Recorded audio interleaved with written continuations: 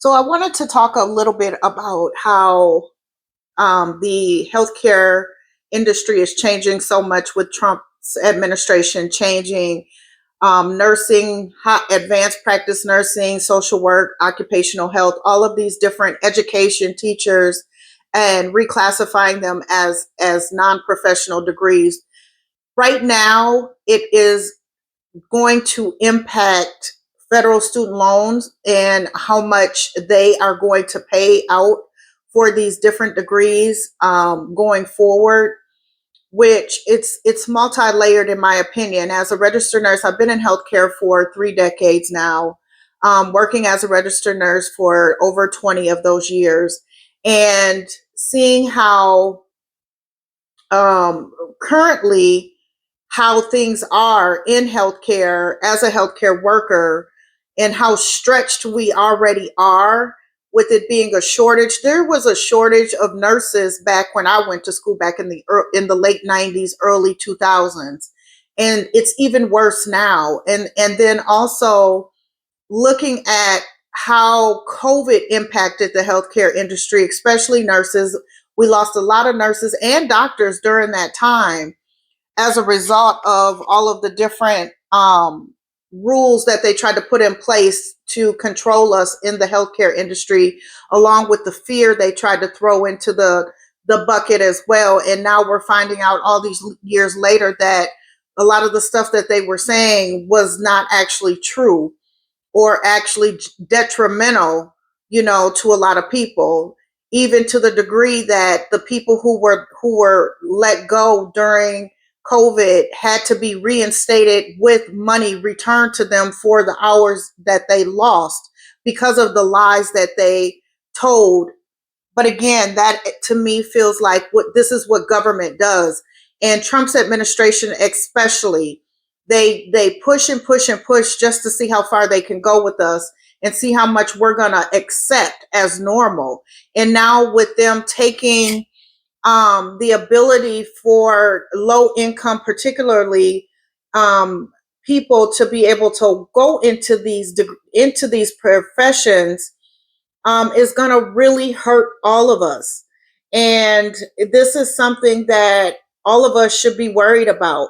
So right now, with them changing the designation of these degrees from professional to non-professional, it's going to impact how much money people can take out in student loans if they have to get student loans. And I wouldn't be surprised. Now, some of this is going to be my personal opinion, but I would not be surprised if along the way here, they also start impacting how much you can even get in grant money for school.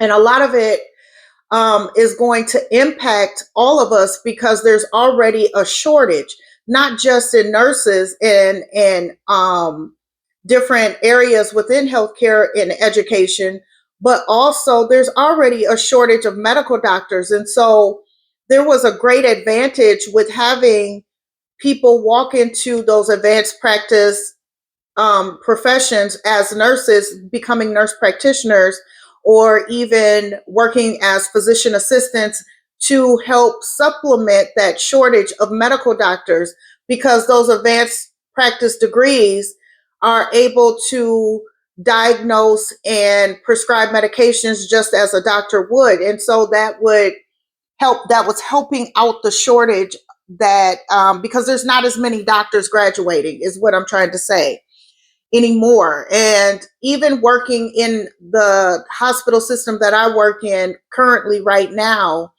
these doctors are overworked. And so having those nurse practitioners and physician assistants there to help supplement some of that is helpful, because without that extra help, I'm not sure that these doctors are going to be able to pull it off. Now, 20 years ago, they had more, the doctors had more ability to determine their workload, I should say. But now, because we are so controlled by the pharmaceutical companies and the insurance companies, now they have quotas that they have to meet, because everything is based on the dollar.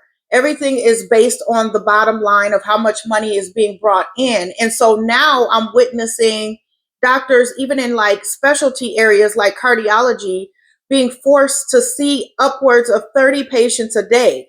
That should be frightening to everybody.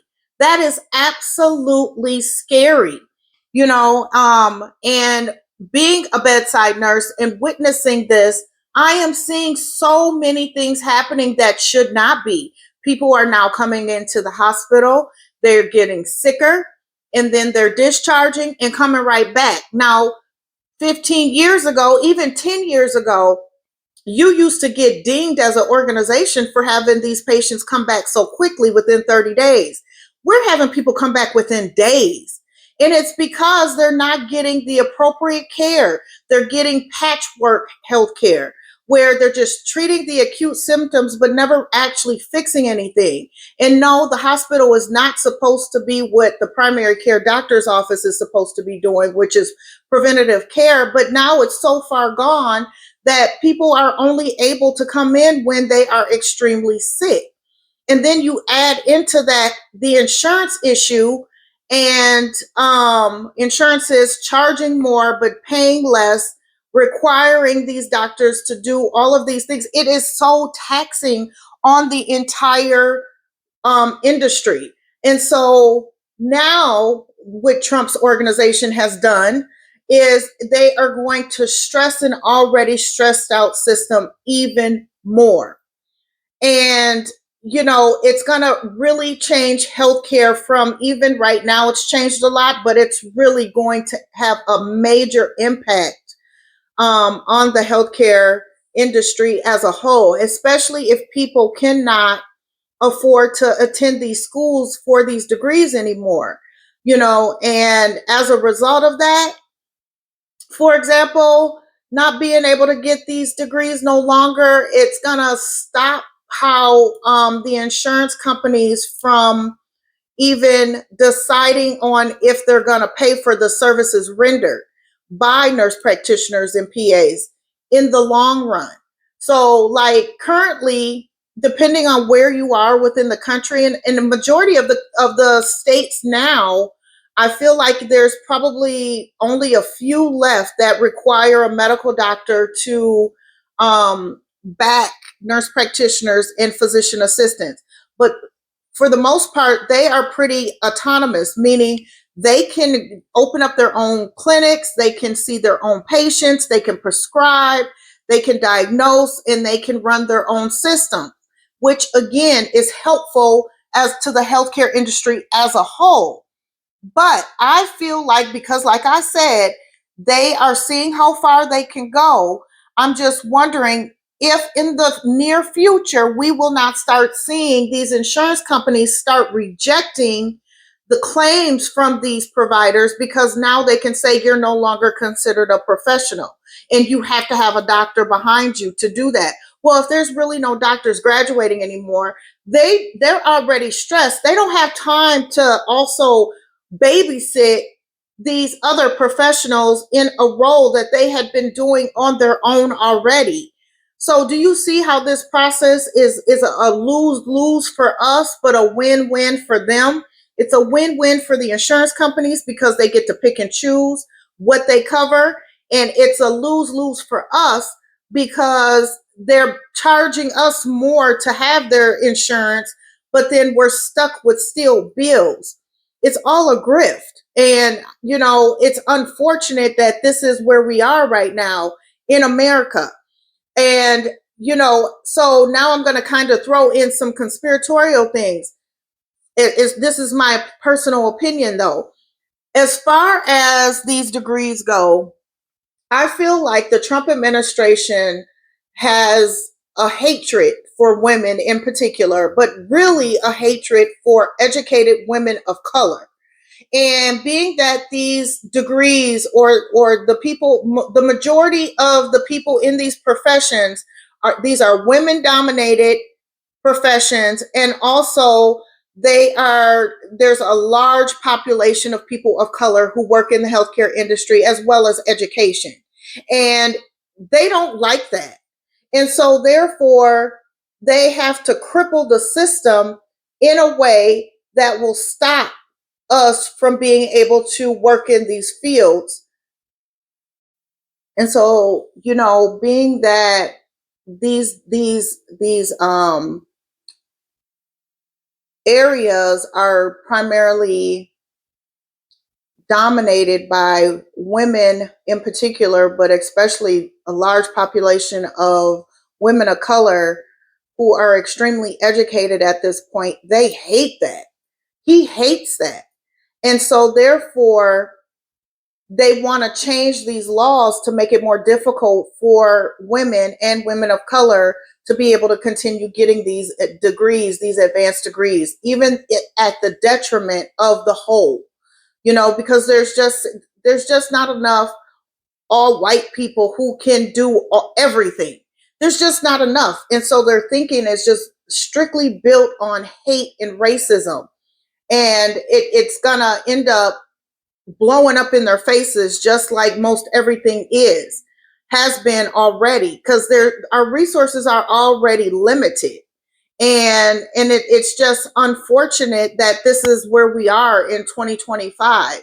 But in addition to that, in addition to it being these being predominantly women and women of color dominated professions, it's also true that all of these degrees that they are trying to change from professional to non-professional are professions that are mandated reporters for abuse. And I feel like if they take the professional designation away from them, from these degrees, then it will make it more difficult for these individuals who hold these degrees to report those people going forward. And it's because they'll be saying things like, oh, well, your word has no bearing because you're a low level employee, for instance, or you're a low level whatever, because you're not a professional, you're not a doctor. So therefore, what you say it holds no weight, which is unfortunate. And then in addition to that, it can also put us in a position where they are putting um if they remove all of the guardrails of who is considered qualified in these roles, then it could very well get to a place where they are then putting unqualified individuals or people into these positions, even people with a history of pedophilia or just any type of criminal history, as a result of their reclassifying things. So my question is, how far will they go with bending the rules to meet up with their criminality? We've been watching them in real time commit crime after crime every single day with nobody stopping them.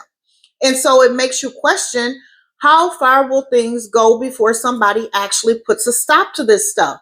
How many people are going to have to die? How many people are going to have to lose everything? Trump and his administration are nothing but destruction. They are not solving problems. Instead, they are just creating more and more and more. And we've lost, like, for instance, we've already lost like the majority of the farmers. So now look at what's going to happen to our food system. Let alone they're stripping health care, insurance for people who really need it. People who can't afford to pay for insurance out of pocket, or people who have jobs and their employers can't afford to offer them insurance. Things like that. So if they can't afford to get health insurance, then what? And then also the education is being stripped. So now you've got these people who are less educated getting into roles that they shouldn't be in.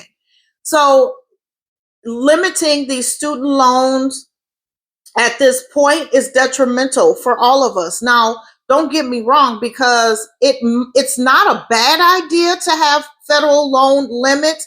But the issue is that if you're going to reform student loans, then you have to reform education altogether. There's no reason why in supposedly the richest country in the world that our tuition costs more than mortgages in some cases. I went to school over 20 years ago, and I still have student loans that I'm trying to pay back. That is absolutely ridiculous to me. Yet here is this president sitting in the White House sending $40 billion to another foreign country without helping out its citizens, or those messed up ass tariffs that they convince the less educated into believing we're a good thing. It create blowing up inflation here, making things so much more expensive for us American people. We're not benefiting from any of his so-called policies. He is lining his own pocket. He is lining the pockets of other billionaires, of people who don't even need money or help. And at some point, when is it going to stop? They are literally stealing our money and pocketing it. And it's very unfortunate to watch, and it's scary to see. So it just makes me question, how far do we go before things are, we have to change them, right? And this video is not meant to create fear, but I hope that we are inciting outrage, because at what point do we stand up as a country, regardless of race, ethnicity, background? At what point do we say enough is enough? At what point do we say, I cannot lose another thing, before we make a change and force them to help us, or force them to do what's right toward us as the American population? And again, it does not make any sense to me that we are comfortable in this and acting as if we have no control, and we do. And don't get me wrong, I do know that there's a lot of people and organizations stepping forward and doing an awful lot to help push back against this regime. Even just doing the blackout thing with no working starting November 25th through December 2nd, no spending, no shopping in these big conglomerate places and all of that, no Amazon, no paying no bills, no paying no taxes, all of that for that time period. Because the only way we can stop these people is to hurt their pocket.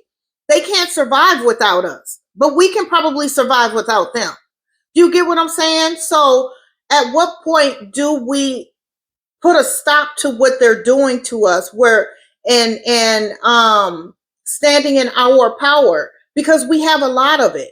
Okay, I started getting into a little rant there because I was getting worked up. But anyway, the best advice I can give people is to educate yourself and prepare your families for the future ahead, because it is definitely going to get extremely scary and rocky. But don't look at this as coming from a place of fear.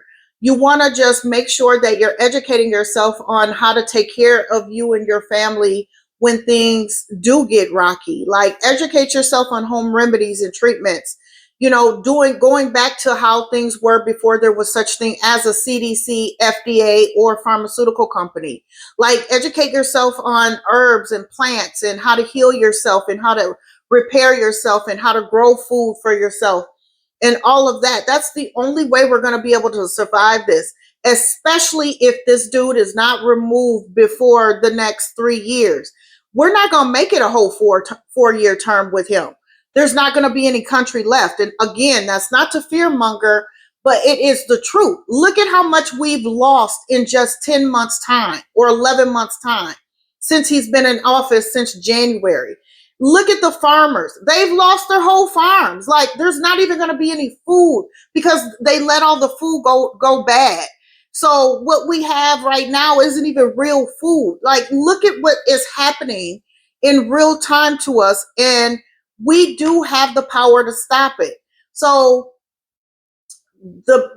like I said, this is not me sitting on a soapbox or anything like that. This is me coming out and is speaking from the viewpoint of someone who does work in healthcare, who does have one of those degrees that they are now trying to switch up on after all of these years of me working in this profession. It's like a slap in the face, and it pisses me off. And so that's why I felt the desire and the need to come on here and make this video today. But just stay alert and pay attention to what's going on around you, not be consumed by it to the point where it's causing you anxiety and fear and all of that. But the last thing any of us want to do is be ill prepared for what's to come. and being a deer in headlights. That's all I wanted to say. All right. Peace.